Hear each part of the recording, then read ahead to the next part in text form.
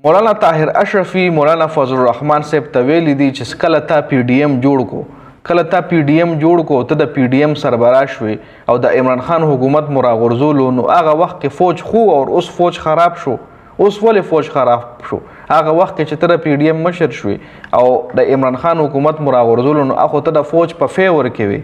د فوج صفت به د کولې. السلام علیکم ملګرو، د یو د طاهر اشرفي او بل مولانا فضل الرحمن صاحب دا دواړه ملګري خو اوس د یو بل خلاف شوي دي او یو بل ته غټي چیلنج ورکړي دي. سپیشلی مولانا طاهر اشرفي چې کوم دی د مولانا فضل الرحمن صاحب ته ډېرې سپینې خبرې کړې دي، د هغه حقیقت خلکو له په یو ویډیو پیغام کې خولې دی او د مولانا فضل الرحمن صاحب حواله سره دا هم ویلي چې زه دله چیلنج ورکوم چې راشي ما سره په لایو یو ټي وي باندې کینی اور مونږ به تبصره وکړو جی چې څوک پړ کیږي او څوک نه پړ کیږي. یعنې د مولانا صاحب حواله سره طاهر اشرفي ډېرې سپینې خبرې کړې دي. راځئ ډیټیل سره په خبره کوو ولې دا د یو بل مخالف شو. راځئ ډیټیل سره په خبره کوو جی. ریسنټلی مولانا طاهر اشرفي یو ویډیو پیغام جاری کړی کېدای شي تاسو کتلی هم وي او مولانا ته یې قراره جوابونه ورکړي دي چې مولانا ویلي و چې ما ته کسور جلسې نه پس مولانا طاهر اشرفي مبارکباد راکړو چې ډېر ښایسته جلسه وشوه او تا په پنجاب کې لومړنۍ ډېره ګرینډ جلسه وکړه.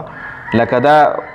طاهر اشرفي وایي چې کله مولانا صاحب په کسور کې جلسه وکړه هغه د اسټابلیشمنټ خلاف خبرې وکړي نو ما ته طاهر اشرفي مبارکي راکړه چې تا ډېره ښکلې جلسه وکړه. نو په دې ورته مولانا طاهر اشرفي ویلي دي چې ما مولانا ته د جلسې مبارکباد ورکړی ده، صحیح ده، خو ما ورته دا الفاظ هم ویلي دي چې تا په دې خپله جلسه کې په خپل تقریر کې ډېر سخت او غیر مناسب الفاظ ادا کړل. نو مولانا د دې خبرې دا خبره ولې نه ده کړې چې یو هغه مبارکي راکړه خو ما دا هم وویل چې تا په دې جلسه کې ډېر سخت او غیر مناسب الفاظ هم استعمال کړل. خبر ورپسې بیا مولانا طاهر اشرفي دا هم ویلي دي چې تا ما پسې مطلب ته ما پسې مسخرې کې یا څه مسخرې دي ما پسې ساتلي دي. نو هغې حوالې سره والله هم ویلي دي او طاهر اشرفي چې راشه ما سره کښېنه پراخه چې یو ځای کینو چې خبرې اترې وکړو تا ما پسې مسخرې ولې مطلب را دغه کړي څه کسان به ورپسې لګولي یا څه خبرې اترې به ورپسې کړي او که چېرې زه شروع شم نو بیا به خبره ډېره لرې پورې لاړه شي. که چېرې ما وایي ستا کردار خبرې شروع کړې د کردار لکه تا خو ما پسې څه مسخرې شروع کړي دي څه مسخرې دي را پسې لګولي دي ای د ما کردار کوشي کوي نو که چېرې ما راستا کردار کوشي شروع کړه نو بیا به خبره ډېره لرې لاړه شي. بل طاهر اشرفي دا هم ویلي دي د مولانا صاحب دا هم مولانا ته ویلي دي چې کار تا د عمران خان حکومت چې کله وایي تا د عمران خان حکومت راغورځولو او پی ډي ایم د جوړ کو د پی ډي ایم مشر شوې نو هغه وخت خو فوج ډېر خو نو اوس ولې خراب شو؟ اوس ته ولې د فوج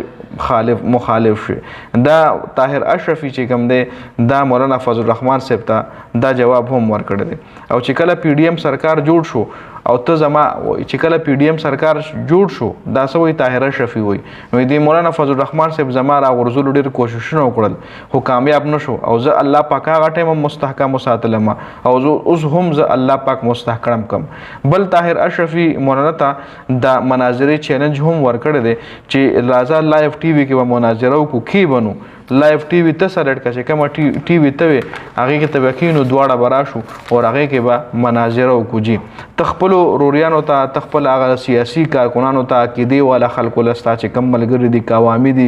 د وطن حوالې سره که سیاسي دي ټولو سره ته صلاح مشوره وکړه او راځه ما سره مناظرې له کښېنه. نو اوبه به وایو چې ته د چا د پلار نیکه او دا پکې هم ووایو چې د چا پلار نیکه سره مخکې سو اوس ورسره څه دي. لکه مولانا صاحب له دا هم ویلي چې تا سره اوس څه دا خو مخکې نه وه. لکه دې ځای کې طاهر اشرفي مولانا صاحب باندې دا خبره هم دغه کړې ده. بل وایي شهباز شریف دا ویلي چې د مولانا صاحب خبرې ما سره دي خو دا راز پرتې دي او دا به ما سره کور ته ځي خو وایي زه دومره مطلب دغه نه یم، زه دومره مضبوط نه یم چې ستا رازونه زه ځان سره وساتم. نو اوس ګورو به چې د دې جواب ورته مولانا فضل الرحمن صاحب څه ورکوي طاهر اشرفي ته. په دې ویډیو کې د اهم اپډیټس و د ویډیو کتلو زیاته مننه. والسلام.